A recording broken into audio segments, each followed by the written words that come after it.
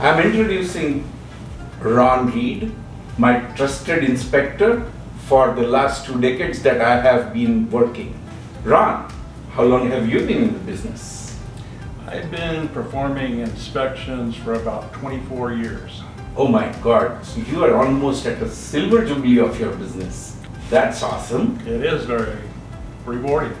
Nice. What keeps you going for these many years? You know, a lot of people get tired working that same job in like 10, 15 years. You're doing this almost for 25.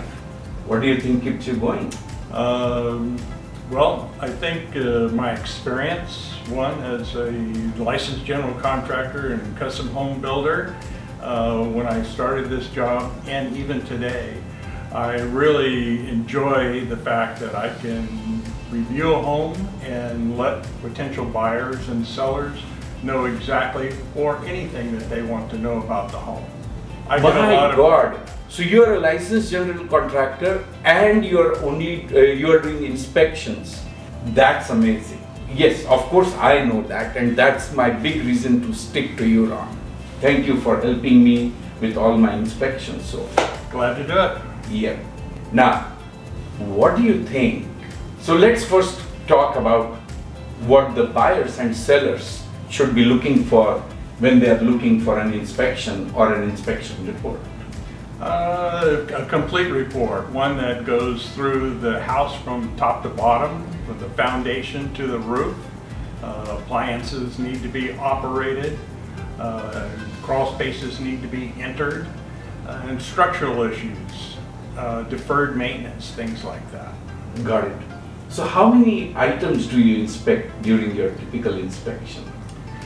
We typically would cover 420 items and report on those items by the end of the day.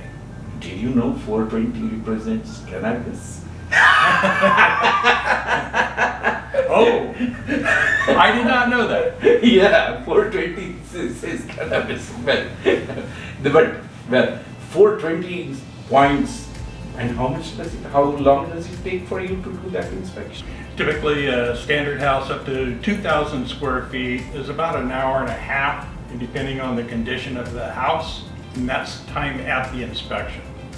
Wow, yes. I mean, I've been through several of these and I love doing this. So, what are the highs and lows? Like sometimes people say, oh, I saw a crack in the foundation, and they just panic. Or sometimes they just see black colored something and they panic on mold.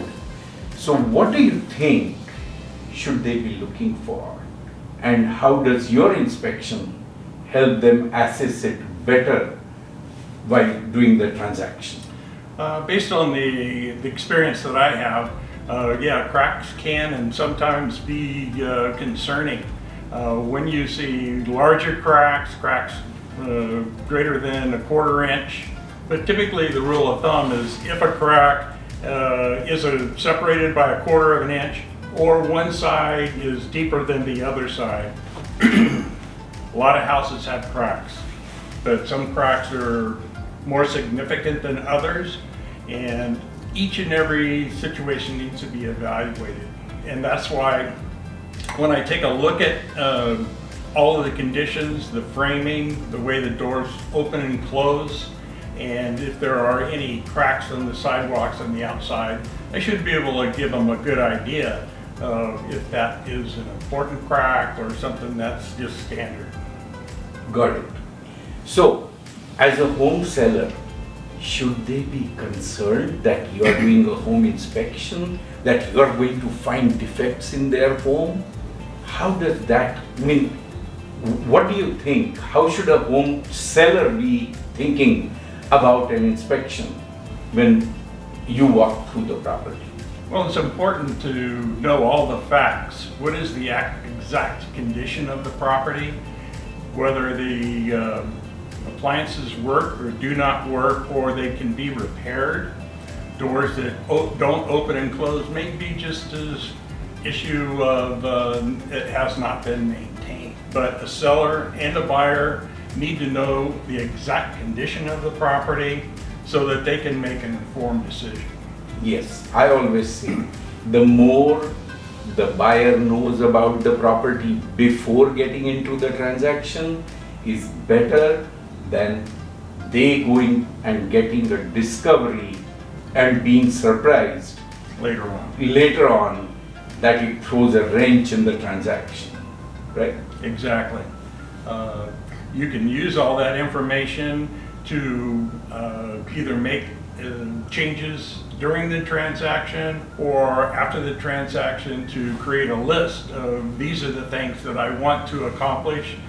And it can happen over time when you make some repairs. Got it. Thank you. So what are the other tips for the buyers when they are reading the report? How do they or should they take it? Typically when I look at the report, I tell them, look guys, if you see problems, make a list and put a dollar number in front of it. I always tell them that when a mom has a child with some bruises after the child is returning from the school, mom gets panicky because she sees blood on the child, and that's horrible. And it's the same thing that happens with either the buyer or the seller. If you see defects, you just panic. And my advice is find the defects, list them, dollarize them, make a total. And when you total it, look at it as a percentage of the entire home price that they are paying. Now, that number is going to be there in every property. It's just going to be smaller or larger. So all you have to do is to compare this number, how it's going to come out. Do you think I position it appropriately, or is there a different way of looking at it? Exactly. You know, in my report, there's a summary section where they can start with that and prioritize each and every one of those things. And that would be the report phase.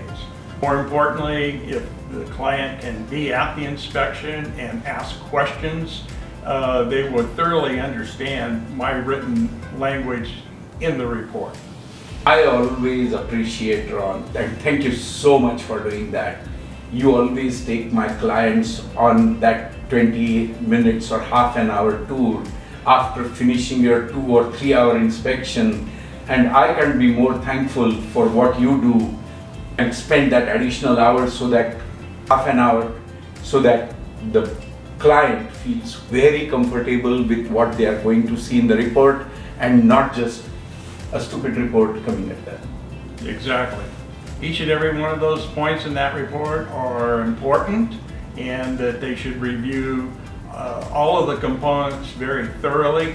You have a written version and you have the on-site version where I can go through anything with the clients.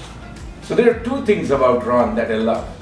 One is the report is very detailed and not just terrorizing. Those are the two things, right?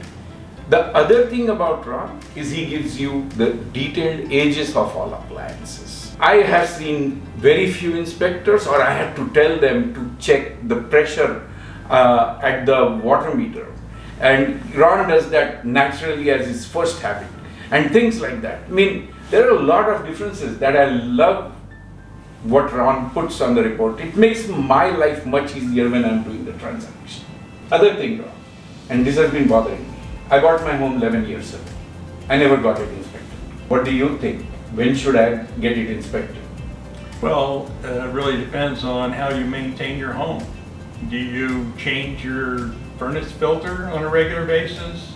If not, then that will give you an idea that maybe I have not been maintaining my home and I might want to push it up. Maybe every 5 or 6 years as you live in the home, depending on if you've been changing that filter or not, then you would want to take a look at somebody reviewing your property and let you know exactly what the condition is. I mean, one thing that bothers me is maybe there is water in my crawl space and I haven't ever looked at it.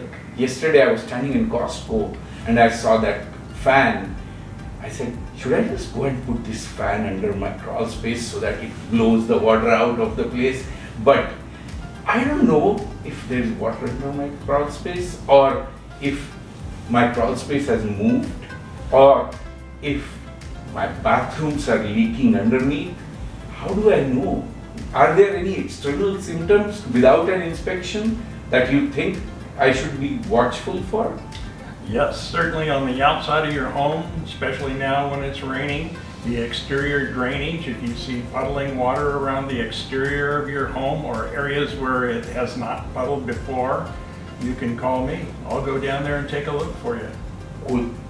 So I'm definitely ordering your inspection on my home very soon as this rain stops, because I really want you to come and take a look at my home. You have looked at it 11 years back when I bought it.